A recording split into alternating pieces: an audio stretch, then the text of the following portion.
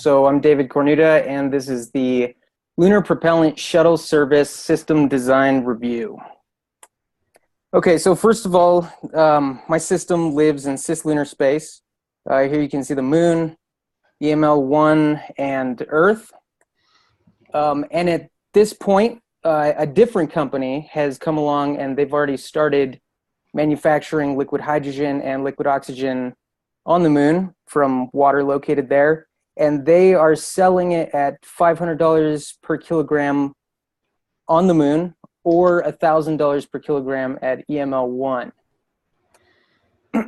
So also there's a customer that currently exists that has a demand for 1,600 metric tons per year, but they only want to buy it at EML-1. So we see a need that's evolved of getting the propellant from the lunar production plant to EML-1. Now, one of the things that we've discovered was that we could build a shuttle system to transport that hydrogen and oxygen that uses hydrogen and oxygen, but then we'd have to pay the lunar production plant $500 per kilogram to get fuel for the shuttle. So what we've done instead is we are using the leftover regolith that's been processed by the hydrogen oxygen production plant, and we are extracting the magnesium oxide out of that regolith and using that as propellant for the shuttle system to deliver goods to EML-1. So we buy the goods for $500 per kilogram on the lunar surface. We sell it to this customer in EML-1 for $1,000 per kilogram and use regolith propellant, which has very poor performance, but works, gets the job done. So here's the system product tree. Up at the top, you can see that is the entire system, which has two major branches. One of the branches is the lunar propellant plant.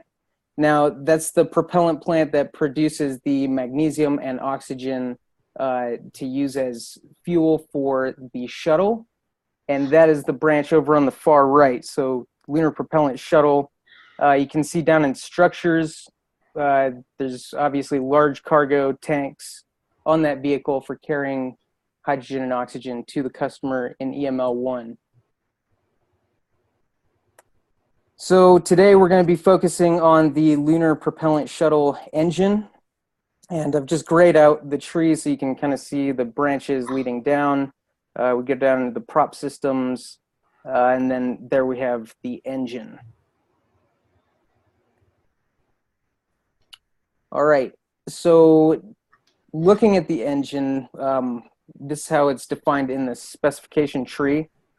So up at the very top, we have all of our customer specs on level 0, which that's NASA, Air Force, commercial, our system performance requirements, and standard interface specs. Those all feed down into our level 1 spec, which is our highest level spec. Again, level 2 shows that division between our operations on the lunar surface and the shuttle operations. And then I just wanted to point out, highlighted here in green, again, is the path through the spec tree that goes down to our engine spec, which I wanted to point out this horrible name that it's been given, which is LPS-PS-E spec 5661. And here it is, LPS-PSE spec 5661, and requirements for the lunar propellant shuttle engine. So a lot of these have rolled down from higher level requirements. Development costs shall not exceed $110 million. Mass not to exceed 480 kilograms. This one right here is reliability, which the LPSE shall have a probability of success of, and these brackets indicate that this number is still in work. Most likely there will be many more 9s out to the right of this to ensure that it's an extremely reliable system. All right, also another float down requirement is modular replaceable units. So the design will be modular and have interfaces for robotic servicing, so that in the case of any type of failure, you could come in and autonomously replace engines and parts of the engine.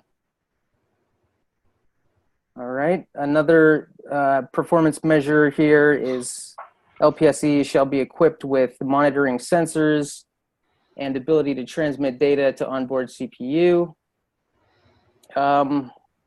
Here we have the LOX and magnesium mixture ratio. So shall maintain mixture ratio of 24.3 parts liquid magnesium and 15.9 parts liquid oxygen. Grayed out here, I put in one of the top level requirements and showed how it kind of rolls down a couple steps into this mass flow rate. So the system had a requirement that the LPS produce a total thrust 670,000 newtons, the ISP of 250 seconds. Then next down on the requirements list was for the Lunar Propellant Shuttle. That had a requirement to use 6 of these engines. And so then we take the 670K and divide by 6 to get the thrust of each one of the engines. And then finally, the requirement that flowed down to the engine itself was for a flow rate of liquid magnesium of 27.55 kilograms per second and 18.03 kilograms per second of liquid oxygen. All right, and then finally, down at the very bottom, this is for, in the case of emergency landings, the engine needs to be tested to withstand up to 10 kilograms of dust, lunar dust, as blowback if it doesn't make it to the landing pad. All right, so here's a look at the Lunar Propellant Shuttle engine design. So this is something totally new, different concept. It runs off of powdered magnesium and liquid oxygen. It produces a thrust of 111,667 newtons of thrust, has a mass, dry mass, 480 kilograms. It uses a screw conveyor for the magnesium feed. So here you can see it's at a scale for sure, but you have your powder bed of magnesium and you have a screw conveyor that pushes it down into the combustion chamber. There's a geared GOX turbine. So you have the LOX come in, liquid oxygen, super cold. It absorbs heat from the nozzle and then travels up here. Now it's GOX, it's a heated vapor, travels up through a turbine, which drives the screw conveyor and then travels back around and is fed into the combustion chamber.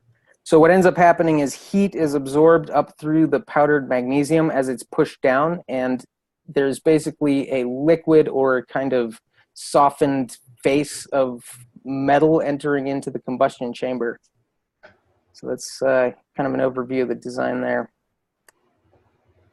So here's the risk assessment. This was from the system requirement review. We already had a couple activities that brought or mitigated these risks down. The programmatic risks, which are shown in purple here, those are all at satisfactory levels, low risk. We still have the 2 circled red items from technical risks that we need to continue to mitigate, and those are the magnesium oxygen thruster powder jam, so in that screw conveyor system getting jammed up in there. Also, another major risk is to actually process magnesium and oxygen out of lunar regolith in a low G vacuum environment. So to continue to mitigate those risks, you can see here on the timeline, we're mitigating them super fast, right? This is like months. Normally these things would take years, but here's SCR, SRR, we're at SDR now.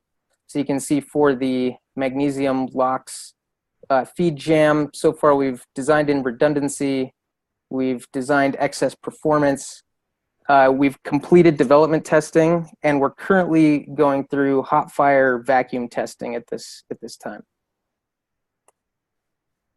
And for the shuttle propellant impurities in processing the regolith, again, you can see we're out here at SDR. We've completed the NASA NIAC study, university lab testing, done at Colorado School of Mines, most likely. And now we're developing a CubeSat demo mission. All right, and with those mitigations in place, here's the updated risk assessment for SDR, and we've brought 5 and 7 down a couple cubes into substantially lower risk.